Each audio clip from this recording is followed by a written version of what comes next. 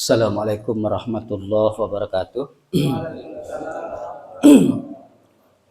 Yang kita hormati, kita muliakan bersama Ketua Yayasan kita TKN Khotibiah Sambas beserta anggota yang kita hormati, kita muliakan bersama koordinator untuk wilayah Kecamatan Paluh beserta anggota Bapak-bapak haji yang kita hormati, kita muliakan, kemudian bapak-bapak amin atau labai serta bapak-bapak yang dirahmati Allah. Jadi pada kesempatan ini kita akan sedikit memberikan penjelasan di dalam kitab atau buku kita Jalan Menggapai Ridho Allah tentang nasihat sufi. Ini kami cuplik sedikit-sedikit. Kita bacakan bagian 4, sebagian kecil. Tatkala kamu terbaring, mungkin hal yang kamu kira santai, tapi dapat saja malaikat maut mencabut nyawamu saat itu juga. Tanpa peduli kau sehat atau sakit, atau kau baru saja membenarkan sebuah kebenaran atau sebuah kesalahan. Oleh karena itu, persiapkanlah dirimu dengan berbuat kebaikan. Jadi di sini adalah nasihat sufi. Alhamdulillah sangat cukup baik sekali, bagus sekali untuk kita renungkan. Jadi banyak orang mengira sehabis bekerja, sehabis apa saja, maka dia ingin berbaring santai untuk beristirahat sejenak. Dia kira dengan bersantai berbaring tidak mungkin akan malaikat itu mencabut nyawa, karena dengan dia berbaring santai, dia kan seakan-akan jauh daripada penyakit. Dia masih dianggap masih sehat, masih normal, darah masih normal dan sebagainya. Tapi tidak menutup kemungkinan bahwa itu nanti bisa jadi umur kita hanya detik itu saja. Kan banyak yang demikian, Pak. Sambil berbaring meninggal. Kemudian tidur meninggal. Kemudian berjalan terjatuh sedikit, tidak masuk akal meninggal. Nah, berarti nyawa ketentuan dari Allah itu tidak dapat kita ketahui dengan mutlak.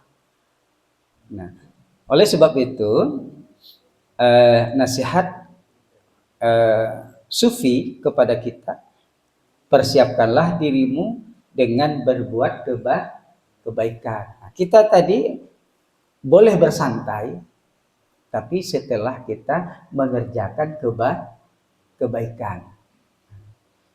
Dalam kita bersantai, itu tidak bersantai seperti orang duniawi, tapi bersantai ingat kepada Allah. Nah, ketika dicabut pada saat itu, kita ingat kepada Allah, malah sempat mengucapkan kalimat La ilaha illallah, maka kita diberi hadiah dakhalal jannah. Nah, jadi sebenarnya maksud dari nasihat sufi ini, kita tidak boleh hidup bersantai-santai tanpa mengingat Allah, tanpa mengingat kematian. Nah, jadi ini adalah nasihat sufi kepada kita semua. Nah, kemudian kita ambil yang bagian 5, yang alinea kedua. Orang yang sangat mulia di antara manusia adalah orang yang sangat banyak mengingat mati dan sangat siap menghadapinya dengan bekal amal saleh. Berarti ada hubungan dengan yang tadi. Jadi orang yang sangat mulia di antara manusia dalam pandangan Allah adalah orang yang selalu mengingat kematian. Dan dia siap untuk menghadapi dengan bekal amal soleh. Nah, di dalam kitab Ihya Ulumuddin karangan Imam Al-Ghazali, zikir yang terakhir, zikir yang paling bernilai tinggi itu adalah zikir ingat kematian. Karena kalau orang sudah ingat dengan kematian, maka dia beribadah insya Allah ikhlas kepada Allah dan khusyuk sepenuh hati. Tapi kalau kita masih jauh umur, mau kematian masih terasa jauh, barangkali ibadah kita 60%, 70% khusyuknya. Tapi kalau sudah kemungkinan besar ini hanya ini saja barangkali umurku dalam beribadah, mungkin tidak diberikan kesempatan lagi oleh Allah karena mungkin dicabut nyawa oleh para malaikat, barangkali ibadah kita lebih fokus. Nah, jadi orang yang selalu ingat kematian itu adalah bukan orang yang tidak baik, malah menjadi orang yang terbaik. Nah, jadi memang kita harus selalu ingat. Sehingga Rasulullah mengingatkan kepada sahabatnya, kalau kamu berada di waktu pagi, kata Rasulullah, jangan mengharap sampai ke waktu sore. Kalau kamu sudah di waktu sore, jangan mengharap kamu di waktu pagi akan ada masih hidup. Nah, berarti ketentuan Allah yang telah ditentukan oleh Allah tentang kematian kita tidak mutlak bisa mengetahui. Nah, tapi pertanyaannya, kok ada orang yang tahu tentang kematian? Nah, mungkin karena diizinkan oleh Allah, kemudian dengan disebabkan dia mempelajari ilmu tersebut dan diamalkannya dan diyakininya, akhirnya diizinkan oleh Allah. Memang orang-orang soleh banyak yang tahu. Imam Al-Ghazali sebelum dia meninggal dunia, dia sudah menyiapkan kain kafan. Kemudian kepada anak muridnya, ambilkan kain kafanku. Kemudian lama dia mencium kain kafan. Tidak lama kemudian dia meninggal. Kalau Syekh Abdul Qadir Jilani, malaikat pun diusirnya. Jangan, aku hanya dengan Allah saja. Kemudian yang lain agak minggir. Aku ingin bertemu dengan Allah. Kemudian tidak lama kemudian meninggal. Kemudian Sirajuddin Abbas dekat-dekatnya dengan meninggal itu yang mengarang 40 masalah agama. Nah, itu banyak tersebar bukunya. Jadi pada waktu dia meninggal, tolong ambilkan 10 orang pemuda. Aku akan mengajarkannya ilmu fikih mazhab Syafi'i supaya dia bisa menggoncangkan dunia. Jadi kata anaknya, Mbak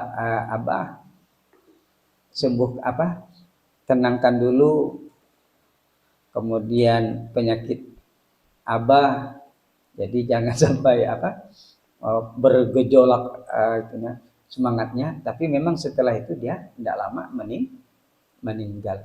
Nah, jadi semangat. Jadi dia sudah mengetahui kapan dia harus meninggal. Nah, walaupun pada hakikatnya kita tidak tahu persis.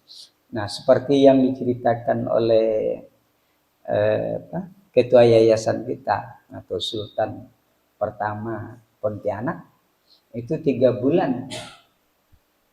Ya, setelah menggali itu 3 bulan dia pergi itu kan sampai menghatamkan Al-Quran di situ dan sebagainya. Ternyata 3 bulannya dia meninggal. Berarti kurang lebih 100 hari. Nah, Jadi orang ilmu zaman dulu 100 hari, 3 tahun. Kalau sesi jenar itu 3 tahun. Dia dapat mengetahui. Ini ada bukunya, langsung dapat diketahui. Kemudian ada yang 1 tahun, ada yang 100 hari. Pada umumnya adalah 40 hari. Nah, kalau kita nanti itu kan sudah kita pelajari. Nah, itu nanti kalau sudah ada tanda-tanda 100 hari, maka kita nanti harus membuktikan yang 40 hari. Kita buktikan yang 40 hari sama enggak yang seperti yang kita pelajari. Kalau sudah 40 hari sudah dibuktikan tanda bukti, maka 7 hari itu pasti. Jadi jangan dianggap bohong lagi. Sudah pasti. Tinggal kita menghitung hari. Cuma kita nanti matinya kita tidak tahu. Disebabkan apa kita mati?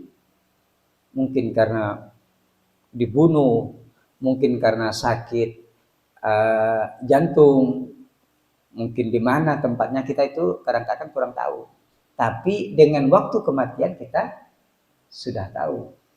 Mungkin mati tertembak, mungkin mati macam-macam, tersetrum dan sebagainya. Tapi kita sudah tahu hari dan waktunya.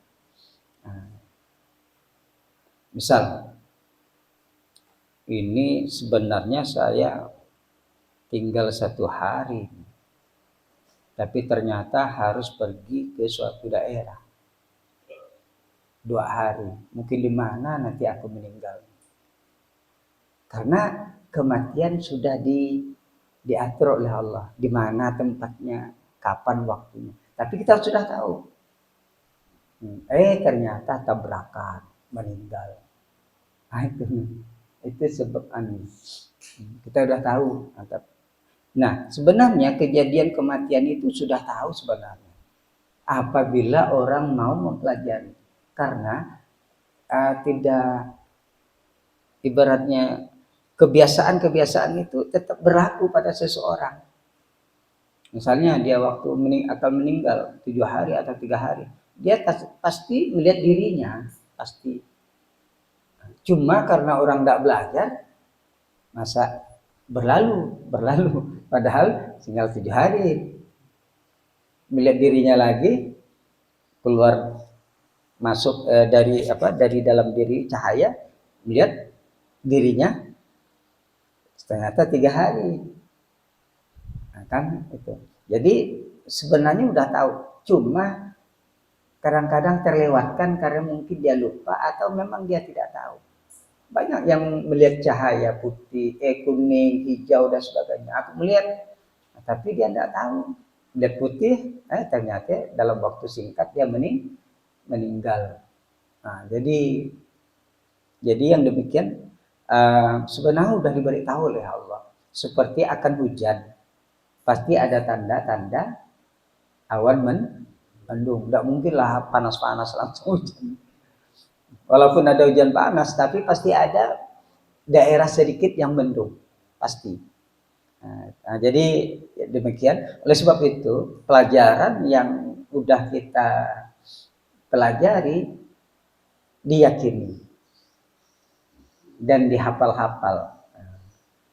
Fungsinya adalah untuk mengingatkan kita jangan terjebak kepada kesalahan, kedosaan, karena dah dekat waktunya. Contoh yang tadi 3 bulan betul-betul selalu baca Quran. Karena dia dah tahu tinggal 3 bulan lagi, tambah 5 hari. Nah, itu sama juga. Kalau orang yang tidak bicara, kalau orang yang bicara, langsung nanti ya, seperti Datuk Sanggul, Datuk Habulung itu di Kalimantan Selatan. Dia kan langsung dari Kalimantan Selatan itu dalam sekejap mata bisa ke Makkah. Kemudian berteman dengan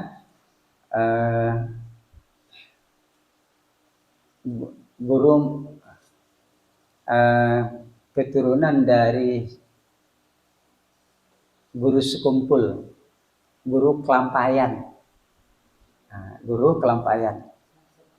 Siapa ini? Syekh Arsyad Banjari. Lalu pertemuan yang agak terakhir, dia kan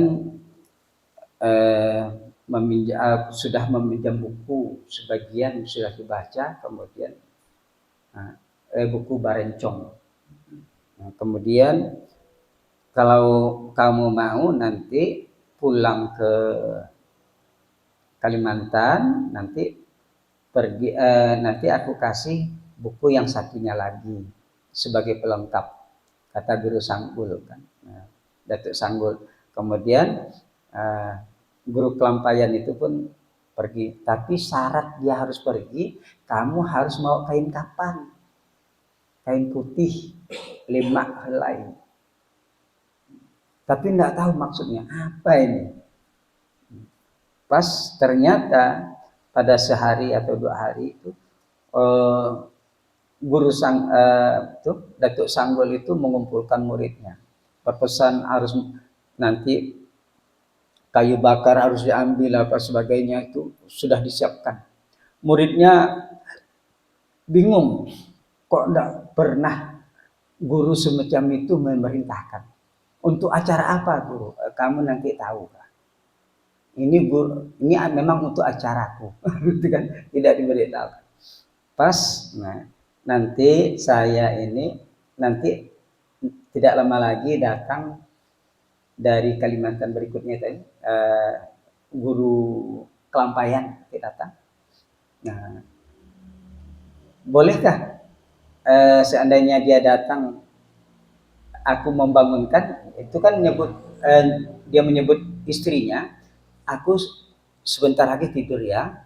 Jadi nanti kalau ada yang mau memanggil aku, enggak usah dibangunkan aku. Tapi kalau yang dari Kelampayan itu boleh. Pas setelah itu sampai masa waktunya, ternyata waktu Guru Kelampayan udah sampai ke rumah Datuk Sanggul, ternyata Datuk Sanggul di dalam kelambu tersebut meninggal dunia. Nah, kemudian sekali dibangunkan udah meninggal. Baru tahu Datuk Kelampayan, oh ternyata ini kain kapan untuk dia meninggal. Jadi orang-orang soleh zaman dulu itu sangat meyakini keilmuan. Sebenarnya keilmuan mereka kalau terhitung banyak-banyak, ada terhitung sedikit pun bermanfaat bagi mereka. Kenapa? Karena mereka meyakini apa yang sudah dia ketahui. Nah, sekarang ilmu kita banyak sebenarnya. Banyak, kalau dihitung-hitung banyak. Cuma kita tidak merasakan ilmu yang ada pada diri kita. Yang meninggal pun lewat itu meninggal. Padahal sudah tahu. Jadi seakan-akan tidak merasakan apa. Nah, karena apa? Karena tidak terlalu diyakini. Mestinya harus diyakini. Atau diyakini tapi malas. Jadi nampaknya sih ilmu M itu MALAS itu yang menghambat kita. Ilmu malas itu. Yakin sih yakin, tapi malas untuk yakin aku ini malas. Itu yang menghambat kita. Tapi mudah-mudahan kita diberikan oleh Allah keyakinan sekaligus dapat mengamalkan apa yang kita ketahui. Insya Allah hal yang demikian akan kita dapatkan. Jadi mungkin hanya ini saja yang dapat kita sampaikan tentang nasihat-nasihat sufi. Wallahul muwaffiq ila aqwamit thoriq. Assalamualaikum warahmatullahi wabarakatuh.